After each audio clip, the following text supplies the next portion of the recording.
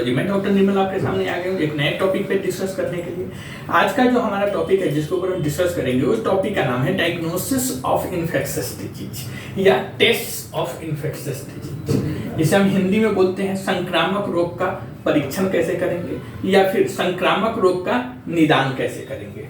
ठीक है, तो आइए देखते हैं diagnosis and test of infectious disease मतलब निदान और परीक्षण संक्रामक रोग का कैसे किया जाता है। How are infectious disease diagnosed मतलब संक्रामक रोगों का निदान कैसे किया जाता है। ओके, संक्रामक रोगों का निदान कैसे किया जाता है। First, doctors usually diagnosed infectious disease using one और मोर लैब टेस्ट मतलब डॉक्टर्स आमतौर पर एक या एक से अधिक लैब टेस्ट का उपयोग करके संक्रामक रोगों का मतलब इन्फेक्शियस डिजीज का डायग्नोसिस निदान करते हैं। ओके, दूसरा, doctors can look for science of disease by मतलब डॉक्टर्स रोग के लक्षणों की जांच निम्न तरीके से कर सकता है, जैसे स्वैबिंग योर नोज एंड थ्रोट मतलब नाक या गले से स्वैब लेके नाक या गले से स्वैब लेकर एक तरीका है। दूसरा, getting blood, urine, stool, spit मतलब सलाइवा सैंपल्स मतलब क्या है कि रक्त, ब्लड मतलब रेग और पेशाब, मल या थूक के सैंपल लेकर डॉक्टर्स डायग्नोसिस कर सकते हैं इन्फेक्शियस डिजीज का। तीसरा, टेकिंग ए बायोप्सी और scraping a small sample of skin और अदर टिश्यू मतलब कि बायोप्सी या स्किन या टिश्यू का एक छोटा सा सैंपल, छोटा सा नमूना लेकर भी डायग्नोसिस किया जाता है इन्फेक्शियस डिजीज का। Getting imaging procedure like X ray, CT scan, MRI of affected parts of your body मतलब कि आपके बॉडी के जो प्रभावित अंग है जहां पे इन्फेक्शन हुआ है, जो आपके बॉडी के पार्टिकुलरली किसी अंग में जैसे लीवर, किडनी, हार्ट, कहीं पे भी आपके बॉडी में जहां पे इन्फेक्शन हुआ है वहां पे इन्फेक्शन वाली जगह का इमेजिंग प्रोसीजर कराकर जैसे सीटी स्कैन हुआ, एमआरआई हुआ, एक्सरे हुआ, यह सब करके भी डायग्नोसिस किया जा सकता है इन्फेक्शियस डिजीज का।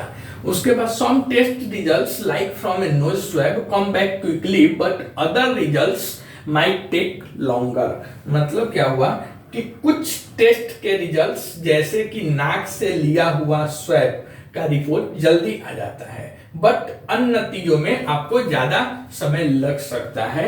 For example, sometimes bacteria has to be grown in a lab मतलब culture from a sample before you can get your reports मतलब उदाहरण के लिए कभी कभी टेस्ट के रिजल्ट्स पाने से पहले सैंपल से बैक्टीरिया को कल्चर करना पड़ता है। ओके, तो diagnosis and test of infectious disease या फिर संक्रामक रोगों का निदान कैसे किया जाता है उसमें यही प्रोसीजर अपनाया जाता है मतलब डॉक्टर्स आमतौर पर एक या एक से अधिक टाइप्स के लैब टेस्ट आपको प्रिस्क्राइब कर सकते हैं, आपको बता सकते हैं संक्रामक रोगों को निदान करने के लिए। दूसरा, डॉक्टर्स रोगों के लक्षणों की जांच बहुत सारे टाइप्स से, बहुत सारे तरीके से कर सकते हैं, जैसे कि पहला, आपके नाक और गले से स्वैब लेकर डायग्नोस कर सकते हैं। दूसरा, आपके जैसे ब्लड, पेशाब, स्टूल मतलब मल या थूक के सैंपल लेकर भी डायग्नोस कर सकते हैं। तीसरा, बायोप्सी मतलब जो सैंपल होता है वो बायोप्सी या स्किन या टिश्यू का एक स्मॉल सैंपल, छोटा सा नमूना लेकर भी डायग्नोसिस कर सकते हैं इन्फेक्शियस डिजीज का। उसके बाद आपके बॉडी के जो प्रभावित भाग है, आपके बॉडी के जो अफेक्टेड एरिया है उसका इमेजिंग प्रोसीजर करा के जैसे एक्सरे हो गया, सीटी स्कैन हो गया, एमआरआई हो गया, यह सब करा के भी निदान किया जाता है इन्फेक्शियस डिजीज का, संक्रामक रोग का।